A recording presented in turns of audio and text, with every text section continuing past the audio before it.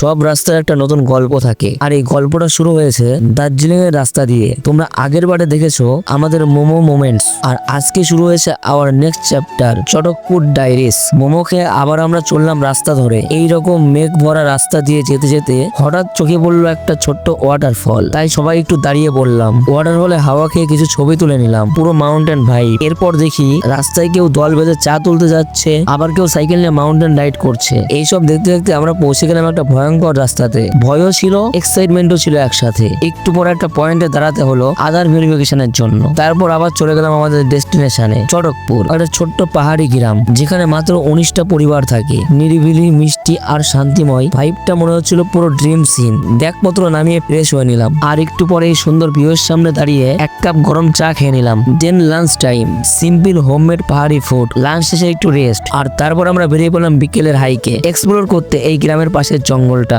এই ছোট ছোট মোমেন্ট গুলোর মধ্যে লুকিয়ে আছে বড় বড় মেমোরি। চটকপুর আজকের দিনটা ছিল পুরো সোল রিফ্রেশিং, কিন্তু এই অ্যাডভেঞ্চারটা এখানে শেষ নয়। জঙ্গলের ওই মিস্টিরিয়াস ট্রায়ালটা দেখার জন্য রেডি থাকো, সেটা দেখতে পাবে নেক্সট পার্টে। আর যদি এই ভিডিওটা ভালো লেগে থাকে একটা লাইক দাও, আর কমেন্টে বলো কোন ভিউটা তোমার ফেভারিট, আর সাবস্ক্রাইব করতে ভুলো না, কারণ নেক্সট ব্লগটা হতে চলেছে আরো ইন্টারেস্টিং।